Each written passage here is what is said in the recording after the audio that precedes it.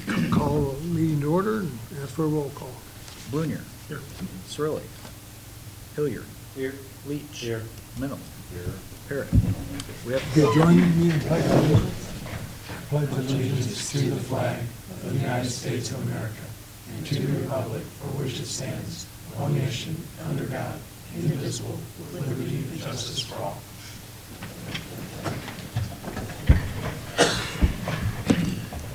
No public hearings or public comment. The consent agenda tonight is the approval of the minutes from the regular meeting of December 1st, 2025, and the approval of the bills. If I could have a motion. So moved. Second. Any questions? Call the roll. Blunier. Yes. Hilliard. Yes. Leach. Yes. Mennel. Yes. Motion passes. The only thing I have tonight is a thank you to the Public Works for responding to a very large leak on Queenswood and one on East Shore in this snowstorm we had. Street Department continually snow plowing, and they had to dig 17 foot deep to find those leaks, so it was quite an extraordinary evening, and Craig was even stressed out a little bit over it. So thanks to all of them, Craig, and the entire staff. Village Clerk, Nothing tonight, Your Honor. Village Administrator. I have two items tonight, Your Honor. The first is ordinance 26-19, which is an ordinance for the levy and assessment of taxes for the fiscal year beginning May 1st, 2025 and ending April 30th, 2026. Okay, a motion. Move to approve. Second. This ordinance will repeal ordinance number 2613 that we previously approved November 17th. After submitting the signed ordinance to the county for them to do the processing of the levy, they notified us that by including a separate line item for the property taxes for the required contribution to the full-time pension fund, that created what is a new tax according to the law, and which is, you're not allowed under the PTEL, the Property Tax Extension Limitation Law, to begin a new tax without it being approved by a voter referendum. So we are reviewing or revising it, and we're adding that amount to the general fund levy, and then the funding will come from the general fund to the fire pension fund when needed. Any questions? Call the roll. Hilliard. Yes. Leach. Yes. Mennel. Yes. Blunier. Yes. Motion passes. The second item I have tonight is a building improvement grant recommendation from the Business District Commission. They met on Wednesday and reviewed the application of D2Z Properties for their location at 1900 South Main. Their total project cost is $288,000 of the total project of over $700 and some thousand that they're doing. This is the portion that was eligible under the grant. The commission recommends a grant of $10,000 to be paid to D2Z after they complete the work for the exterior renovation, pretty much. Do you have a motion? Move to approve. Second. Any questions? Call the roll. Hilliard. Yes. Leach. Yes. Mennel. Yes. Blunier. Yes. Motion passes. That's all I have. Chief of Police, Nothing tonight. Corporation Counsel, Nothing tonight, Your Honor. Director of Fire and Emergency Services. Nothing tonight, Your Honor. We'll give you your 5 minutes later on here this evening. Director of Public Works. One item tonight, Your Honor. In front of all of you, I'd like to ask for request of ordinance 26-20. This is an ordinance authorizing IEPA loan agreement. Would you have a motion? Move to approve. Second. Yeah, just real quick, just a summary. This document's required to apply for additional funds through the EPA bypass funding. We did not make the cut for our original application for year 2026. We will apply again next year, but this puts us in a position in case other communities that did get funding can't fall through their project. So it just puts us in a spot to where we could catch that financing if needed. So It's probably unlikely, but this at least puts us out there to be in the hat. So, and this again is the loan or financing through their water pollution control loan program from the IEPA. So with that, I'd be glad to answer any questions. I have some questions. I noticed that the last time that we talked about it, I think it was about 35,000, 35 million, I wish it were Yeah. 35 million, and now it shows about 45. Did the engineers give you any reason why they thought it might go up another 10 million? I'll be honest, not a whole lot. We are meeting with them Monday. They're coming down, McMahon Group is. I think the only thing I'd say at this point to that is I know we as engineers are very conservative. Obviously don't want to be the low bidder, but also trying to put some in there. I know costs are going up, but I'll have more information Monday on that. We would still have an opportunity. I mean, the plans aren't done, you know, and we also want to obviously match up the funding with the project and all those things. So we still have some work to do on that. This agreement here, though, has to be done by the end of the year, so we're trying to get that in there. So I can provide more information on that. But again, I'm not sure of the cost at this point, but I will say I think it's going to be every bit of 35 million. So. Okay, and then can you explain, 'cause the project is going to basically replace both of our sewer plants. Why do we need to replace them and not just upgrade them? Yeah, so both plants, I don't remember the exact years, but, you know, like this project, if you see in the documentation that, you know, the useful life of these projects as we design them are for 20 years for a multitude of reasons. And I think both these plants have served their useful life and way beyond. But the biggest thing, obviously, you've got, you know, mechanical stuff, a lot of mechanical stuff, and the clarifiers, all that. They're just past their useful life and in need of complete repair, similar to the headworks. You know, just across the board, it's just at its end of its life, and we're watching that. I would say weekly, monthly, with the things that are breaking down and falling apart. So as technology changes, and then the big one on the end is meeting future regulation or, you know, permit limits. Phosphorus, I came to you guys, I don't know if it was 3 or 4 months ago to get approval for that. We've finished that, submitted that, so we're not in a position to even meet future nutrient limits as we go forward. So that's part of this plan, is to match up with the EPA future limits too. Capacity a little bit, obviously, you know, we'll expand this project to add a clarifier to hopefully keep up even with growth, you know, and capacity as we go forward. But I think really the biggest thing is these things aren't meant to be built in any community to last forever. And with all the mechanical parts and pieces, at some point they're just in need of complete repair. Is probably the biggest thing. So. So do you see any, I mean, will there be any expected deficiencies, or will it just be basically the same, just being replaced?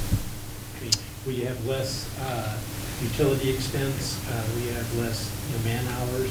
Oh, that's the hope when we look at all these things, you know, and the technologies that we have, and I'd be glad to share with any of you, especially as we get an update on Monday with the latest of the plans. But yeah, updating everything, so hopefully efficiencies, all those sorts of things. Safety is another big one.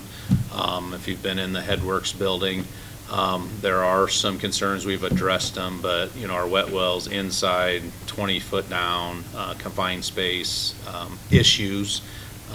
So we're limited even when there's issues on what you can even do safely. So we'll improve safety with a lot of those features too.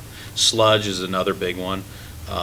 You know, we used to land apply sludge, I think it was about a decade ago. Then we came and had issues with arsenic, so we had been land applying sludge, which saved us a lot, and then immediately had to stop. So we're spending $250,000 a year to hire a company to basically press sludge to be able to haul it to the landfill. So this will have a new sludge press. Again, we've looked at those costs. Those are expensive to try to weigh. Is it easier to keep going with the process we've got, or use that? So a big part of this cost is building a Morton building and being able to press right there on site at our convenience when we need to do it. There could be some increased staffing potentially with some of that too when you're manning. I mean, we're going to have to man a sludge press too, so there's some of those things that we'll be working through. And then, just for the trustees that are here, if it comes in around 45 million and it's a 20-year loan, our annual payback will be close to $3 million. We currently have revenues of about $7.5 million for water and sewer both. So it would seem like as we look at this going to the future, there's going to be this jolt or shot where we're going to have to increase, basic rates about 35% over what they are currently. And that then gets adjusted each year after that for inflation. But we're looking at something that is a big expense going forward. And those are the things you're going to have to accept and be able to explain to the residents of the village.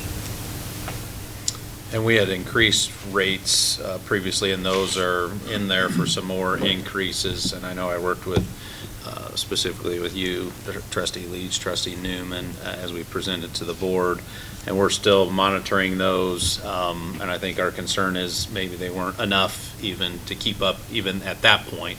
But that's something still is a responsibility of us and our engineer to still look at those and line that up to present something here, I would say, in the coming months to kind of match that up. Yeah, I've looked at income over the last 6-7 years, and then looked at the amount of sales units, not the dollar amount, but the units. And it's interesting, has somebody implemented some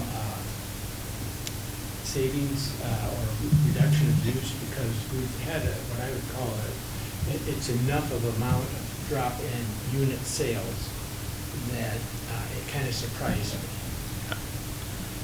And as we've talked previously, I mean, there's nothing specific out there other than potentially conservation's a big thing as people look at all utility rates. So you might see something there, businesses, stuff like that, but nothing in particular where you would see that. But that's one of our guesses with water when we raise rates is looking at that. And we have not seen the growth that we even anticipated as we look forward. Right. So I was totally surprised. And then the other thing is, it's just statistically, residential income is over 50% of those rates. So when you look at it, we can't look and think that it's just going to apply a majority of it to commercial or industrial businesses. Half or more is going to come from residences, just to let you know. And looking to the future, just the other things is, we have a fire station that we need to build on Queenwood. We have a improvement to Flint Street, or to Erie Street, the intersection of Erie and Birch Road. We have the Flint Street project, the extension to be done. And then I don't know where we're at with the water treatment plant here as well. Yep. I don't know if they've come back with anything that. we are still working with them. It's taken some time, Right. but we should have something. We budgeted some for that, but we want to make sure we've dotted every I and crossed every T with a plan to address that situation. Right, and so, I mean, I'm gonna guess $1 million or $2 million Yeah, for that. for sure. So that's another water and sewer item, rate thing that has to be adjusted as well. So we have some rather large expenses that are coming up, we'll have to adjust rates, unfortunately, rather large. That's all I have, Your Honor. Thanks for that update. Any other questions, concerns? Call the roll. Leach. Yes. Mennel. Yes. Blunier. Yes. Hilliard. Yes. Motion passes. That's all I have tonight, Your Honor. Zoning and code enforcement. I have two items tonight, Your Honor. First being item A, Resolution 27-26, a resolution authorizing boundary line agreement between the Village of Morton and the City of East Peoria. We have a motion. Second.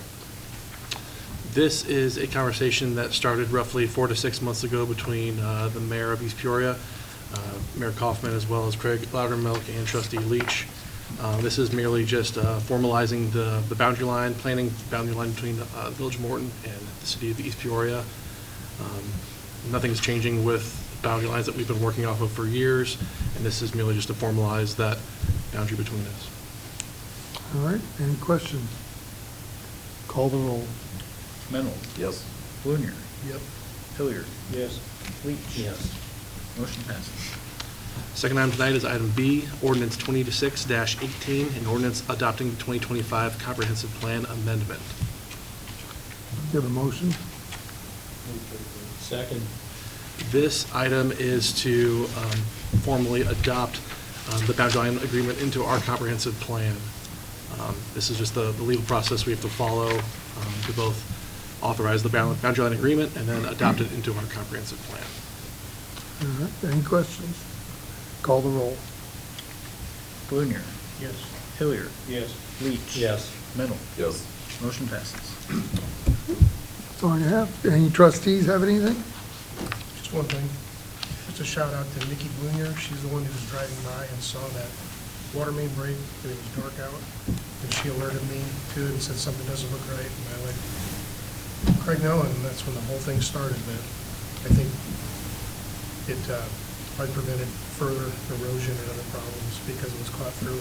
When we had a church out of water, a school out of water, and some residents. Yeah, so it was a 10-inch main, and it was kind of by the creek, so it would have been hard to see, so there's a chance it would have went through the night. And, I mean, we would have noticed it at some point through water treatment, but, I mean, we were draining the towers pretty good. It was that big of a leak, so, yeah, thanks to Rod for giving me a call and saying there's something odd over here. So, Well, I thought it was. But it was in the dark. It was hard to Rod sent see, the but- picture, but now I know Yeah, his it daughter was was a doing bad all the one. work. Yeah. You trained her well, Rod. And the Tell her biggest, thank you. the biggest challenge with those, you said it was 17 feet, but we spent all day, dug down 17 feet. J.C. Dillon was a contractor. We had to ask for help there. And once we got to it, there was no leak there. It was coming through the casing in the pipe from under the creek. So, and we had a lot of customers without water since the previous night. So, luckily we had adapted and found a solution to basically go dig on the other side. We put 2 caps in. It's now dead under the creek. We'll have to address that next year, but that's another benefit when we meet with developers and all these people, when we're looping water main and doing the things we do and people question what we do. Those things save us in these situations. And we learn from these as we go forward. So we'll be addressing all those other weird locations that are under railroad tracks or deep under creeks and seeing what customers between the shutoff valves could be affected. And we're going to start addressing those situations and see, because it could happen at any moment. But yeah. What was the piping material made out of? I believe that was ductile iron in that one. So most of ours is cast iron, ductile iron. So usually corrosion with ductile, Right. which is the same one on East Shore too. Would you put in the same thing again, or would you replace it with, you know? We use HDPE when we directional drill. So most likely we or a contractor. You get the 10-inch that's getting to our max 2.